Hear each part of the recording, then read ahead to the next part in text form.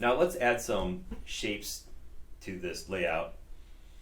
And the shapes can represent buttons, they can represent sections of your interface.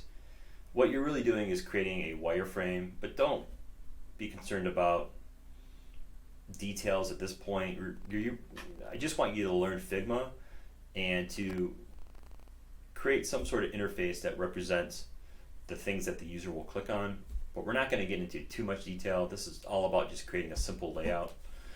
So you can go up into the icon, the rectangle icon or the square icon. It might be a different shape icon depending on the last thing you used. And select a shape and then draw on that interface. Now if you don't see anything, that means you're within that mask that you created. So here's that rectangle that I just drew in my layers. So what you can do is you can select that and you can drag that and you can put it underneath the mask. The mask that you created is represented by this arrow pointing up, and anything that's within or above the shape that has that arrow is within the mask. So if I drag the rectangle out, there it is. And I can use my red lines here to help me position. If I want to change the color, go all the way to the right. You see you have a fill color. It says fill and it's gray. So the gray here is the default. The 6 digits represents what's called a hexadecimal color. And that's a standard way of representing color on the web.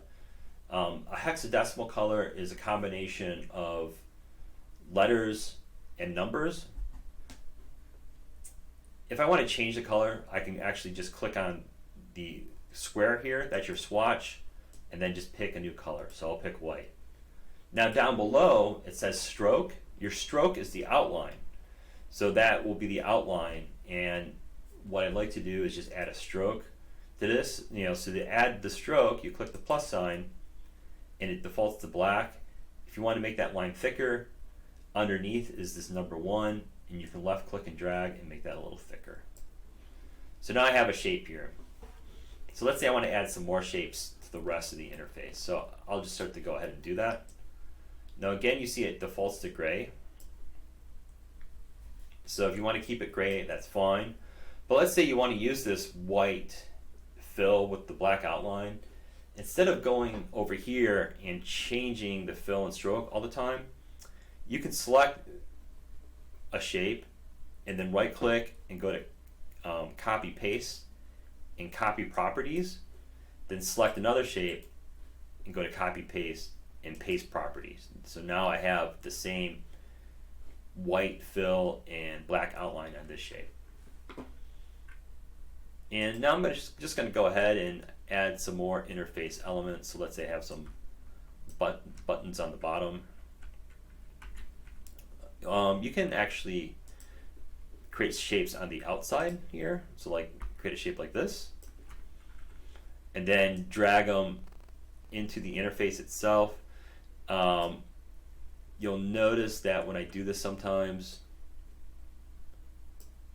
it disappears, but what you can do is if you drag right on the outline, let's say of the frame, and it doesn't turn blue, then you're able to place it within the frame and you don't have to worry about the mask that you established.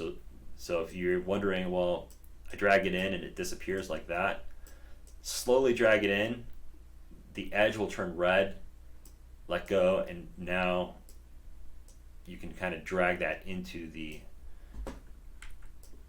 frame itself and it won't disappear. When it disappears, it means it's within some sort of mask and it's not within the shape of the mask. And you can create duplicates by again hitting Alt or Option on a Mac and dragging these out.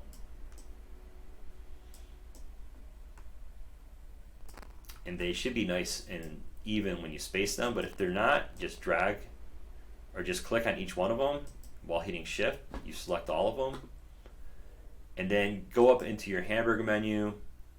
You can go into Arrange and there's this tidy up option that will clean up the space in between quickly. The other thing you can do if you have these all selected, go into that hamburger menu again, go to Object, and the very first thing is Group. So group these together,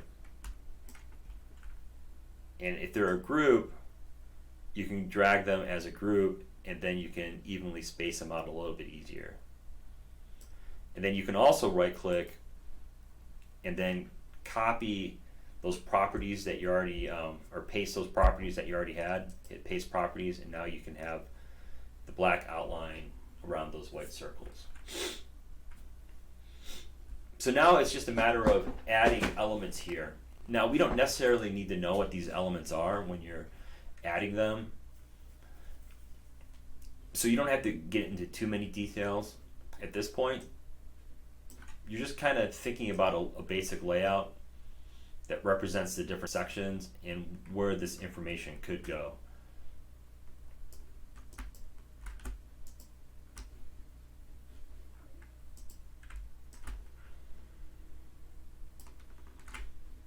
So come up with a design.